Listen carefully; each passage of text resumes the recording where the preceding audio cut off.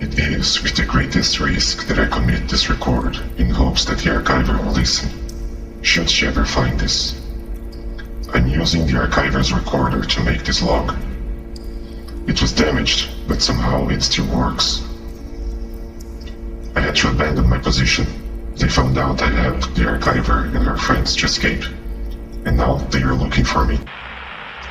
I distinctly remember the dark and cold day when 5 new captives were locked in the old prison.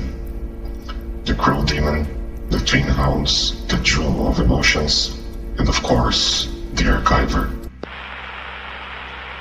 I've seen many criminals before, but these girls, no, they don't carry the weight of a crime. Let me explain by telling you what I've learned. Let us begin with the Jewel of Emotions, Bijou, as she is known. The easiest one to understand.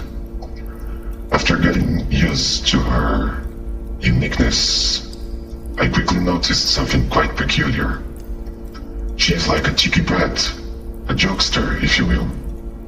Aside from a few pranks, I highly doubt that she could ever do something bad or harmful. Then we have the twins, Fuawa and Mokoko.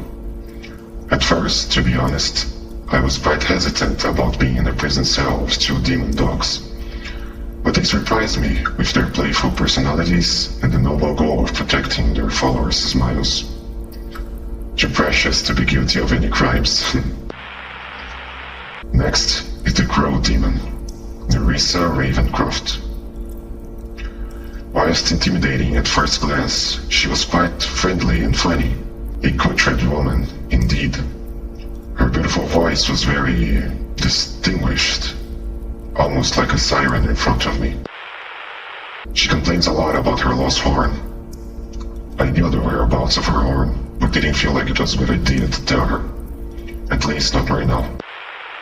And finally, her, the Archiver, Shiori Novella. Where should I even start with her? I was assigned as her warden, and by doing so, I had a lot of time with her, most of which I spent listening to her stories. When I asked her who she was, she simply answered, "I don't know."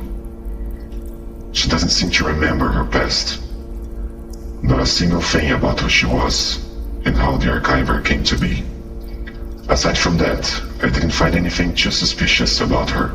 In fact, I've grown quite attached to the Archiver, to the point where I would catch myself thinking of just letting her go. Perhaps it was her plan all along. I don't know what to believe anymore. After a few weeks of talking and interacting with her, I got to my limit. I ran through the corridors in a hurry to reach the Archiver's chambers. Before entering, of course, I made sure nobody would listen to our conversation. When I finally arrived, the words jumped out of my mouth. "Tell me, do you wish to get out of here?" Her eyes opened in surprise at such a question. And for long minutes, she kept silent in confusion. "Do you wish to free me?" she asked, and still not sure if her ears had deceived her.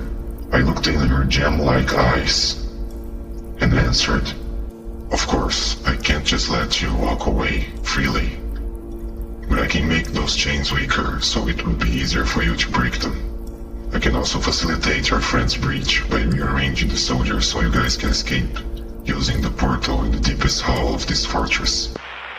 As far as my knowledge goes, they were in the wrong place at the wrong time and got framed by crimes they didn't commit.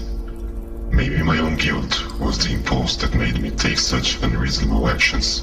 Or perhaps the fact that I got closer to the Archiver was the main reason for such careless actions. The prison cells were enchanted so powerful creatures couldn't escape. Not only that, but the chains holding the Archiver also have a strong anti-magic spell. By using a few words, I could make them weaker enough for Shiori and her companions to breach their cells. And so I did. Not so long after weakening the cells, I heard the first explosions. It was the sign that the Archiver was free. The sign to start their breach. Amidst the chaos, all the soldiers were in the upper floors by my order to avoid anyone from escaping. I, on the other hand, was by the portal waiting for the Advent group.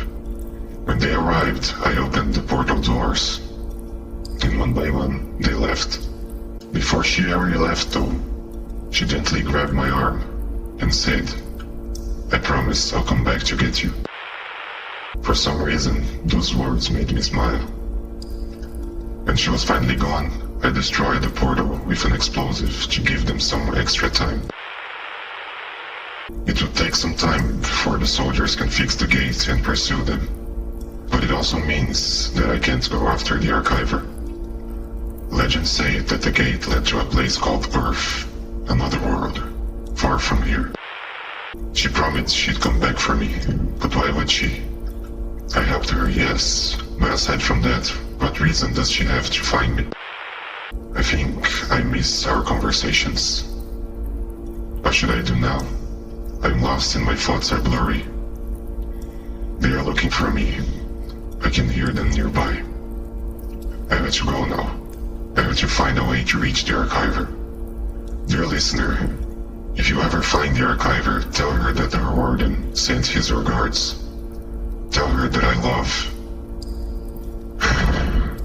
Tell her that I'd love to talk to her again. End communication.